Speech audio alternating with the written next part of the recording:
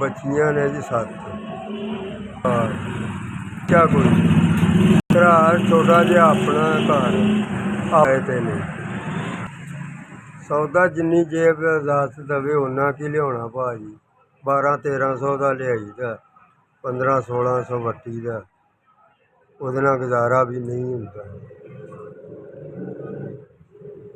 शुक्र है अल्लाह पाक का जिन्ने च अल्लाह पाक रखे सौदा ही लियावांगे अगे 300-400 बचता 500-600 बच जाया करेगा। अज लिया 1100 का 1500 वट्टियां दे हालात इस तरह ही कदी भुख कदी नंग कदी कुछ बड़ी है टाइम नहीं पूरा होंदा ये टाइम पूरा करता धोखी करती है जी 150 रुपये का तो अपना पाइया घ्यो मिलता जी 110-20 रुपये का किलो आटा हांडी नहीं पकदी हांडी लियाइए आटा नहीं लभदा की करिए। शुक्र है अल्लाह पाक का रेडी हो गया 15-16 साल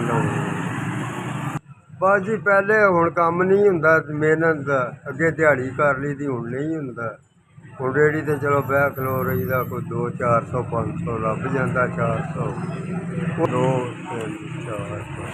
5000 रुपया जी पता नहीं किन्ने भेजिया अल्लाह के बंदे ने अल्लाह के बंदे ने भेजिया वह सौदा लिया जी 5000 रुपया जी अरे वो बच्चे जिउंदे रहन अल्लाह पाक उन्होंने दवे इस तो भी ज़्यादा दवे जी मदद गरीबों की करते हैं अल्लाह पाक उन्होंने इस तो भी ज़्यादा दवे तौफीक पाक उन्होंने बीमारियों तो बचाए जिन्हें मेरी मदद की अल्लाह पाक उन्होंने होर तौफीक दवे SP जिन्होंने मदद पहुँचाई है अल्लाह भला करे उन्होंने अल्लाह उस तो भी ज़्यादा तौफीक दवे।